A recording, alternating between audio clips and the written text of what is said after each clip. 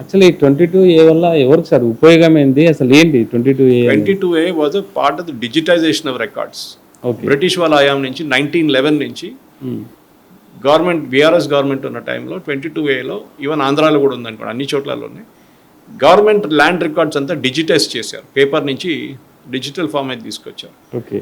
అప్పుడు ఎగ్జాంపుల్ తీసుకోండి, ఒక సర్వే నెంబర్ ఉంది 205 ఒక ఏరియాలో, దిల్సుఖ్ నగర్ అని తీసుకుందాం, నేను ఎగ్జాంపుల్ చెప్తున్నాను. 205లో 2 పార్కులు ఉండే, ఆ పార్క్ భూములు కొట్టేశారు ఎవడో. ఓకే. దాంట్లో బిల్డింగ్లు కట్టుకున్నాడు. పక్కన ఒక గుడి ల్యాండ్ ఉండే, ఆ గుడి ల్యాండ్ని ఎంక్రోచ్ చేసుకున్నాడు ఇంకోడు. అట్లా అక్కడ ఒక 500 ప్లాట్ ఉన్న ప్లేస్లో ఇట్లా 3-4 వైలేషన్ జరిగింది. హుహు. సో ఏం చేయాలంటే, ఈ డిజిటైజ్ చేసేటప్పుడు మీరు రికార్డ్ ఎక్కించేటప్పుడు మీరు ఈ కోర్ట్ కేసు నడుస్తుంది ఈ 3 ప్రాపర్టీస్ మీద అని చెప్పి సపరేట్ సబ్ డివిజన్ కింద ఎంటర్ చేయాలండి. అది ఓకే. వీళ్ళు పనిచేయరు కదా గవర్నమెంట్ సర్వెంట్స్, వాళ్ళు ఏం చేశారు, మొత్తం సర్వే నెంబర్ ఎక్కిచ్చేశారు. ఓకే. చాలా ఈజీ పని కదా, వాడిదేం పోయింది, హుహు. ఎవరబ్బా సొమ్ము అయిపోయింది కదా. రేపు ఏమిటి వాళ్ళు ఏడుచుకుంటూ వస్తే ప్లాట్ వాళ్ళు ఏమంటారు, అరే ఒక ఎంత ప్లాట్ వాల్యూ ₹1,50,00,000 50 నుంచి ₹1,00,00,000 ఉంటుంది, మంచి పని 10 లక్షలు ఇచ్చేయి మా ఎమ్మెల్యే మేము అందరు పంచుకుంటాం, మేము రెగ్యులరైజ్ అయిపోతాం, నో ప్రాబ్లం. దీనికోసం చేశారు అది. Okay. So 22A is a big scam. దానికి బహుశా ఒక సిబిఐ ఎంక్వైరీ ఉండాలి దానికి. ఓకే. ఎందుకంటే ఒకటి తర్వాత ఒకటి స్కెలిటన్ బయటపడుతుంది. ఒక్క రోజులో నేను నిన్న ఎట్లా రియాక్ట్ అయ్యి, నేను దీని గురించి వారం ముందు మాట్లాడాను, నేను 3-4 ఛానళ్ళు వెళ్ళి మాట్లాడాను, అప్పుడు ఎవ్వడు పట్టించుకోలేదు. సీఎం ఆఫీస్ కూడా నేను ట్యాగ్ చేశాను ట్వీట్లో. ఈ 22A పెద్ద స్కామ్ కాబోతుంది, ఎందుకంటే దీంట్లో ప్రాపర్టీస్ అన్నీ మీరు కరెక్ట్గా ఎంటర్ చేయకుండా గవర్నమెంట్ సర్వెంట్స్ వాళ్ళ లేజినెస్ చూపించారు.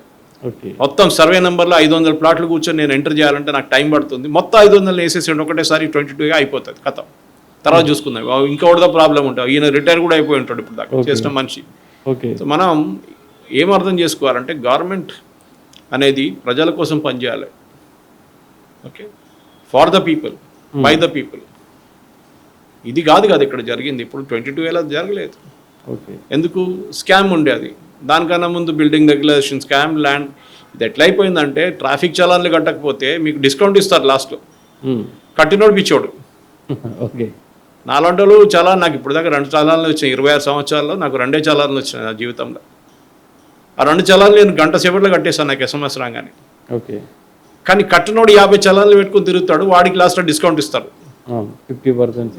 ఎందుకు అంటే పనిష్మెంట్, లా ఫాలో చేసేటోడిని పనిష్ చేస్తారు, లా ఎవడు ఫాలో చేయడో వానికి రివార్డ్ ఇస్తారు మీరు. ఇది డెమోక్రసీ అన్నమాట మన దేశంలో. ఓకే. సో నేను ఇప్పుడు క్రిటిసైజ్ చేయడానికి ఎక్కడ వెళ్ళట్టే, రామచంద్రరావు గారు నా క్లాస్మేట్ యాక్చువల్లీ. సో నేను ఆయన కూడా క్రిటిసైజ్ చేయలేదు, కానీ ఆయనకి ఎన్నోసార్లు చెప్పాను, సెక్షన్ 22A గురించి చెప్పాను. 22 ఇంత మంచి ఆపర్చునిటీ వచ్చినప్పుడు మీరు పొంగులేటిని రాజీనామా డిమాండ్ చేస్తుంది, మీరు ధర్నాలు గిర్నాలు చేయాలంటే ఎవరు చేస్తున్నారు ధర్నాలు ఇప్పుడు, హరీష్ రావు చేస్తున్నాడు. ఓకే. వాళ్ళు తీసుకెళ్ళిపోయారు ఇష్యూని, వాళ్ళు హైజాక్ చేసుకున్నారు. ఎవరు, వాళ్ళే చేశారు 22A. ఆలోచించండి, వాళ్ళే చేశారు 22A, వాళ్ళే దాని వ్యతిరేకంగా ధర్నా చేస్తున్నారు. ఓకే. అది ఎక్స్పోజ్ చేయడానికి ఎవరు లేరు. ఓకే. బీజేపీ మొత్తం ఇష్యూని టేకప్ చేస్తే GHMC ఎలక్షన్లో వాళ్ళకి లాటరీ కొట్టేస్తుండే వాళ్ళు రేపు. ఓకే.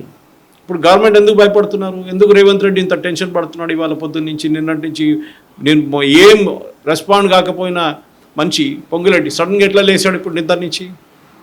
ఎందుకంటే దే నో దట్ GHMC ఎలక్షన్లో ఈ 22A పోతే మా ఫ్లాట్ కూడా ఉంది అల్వాల్లో, అది కూడా ఉంది.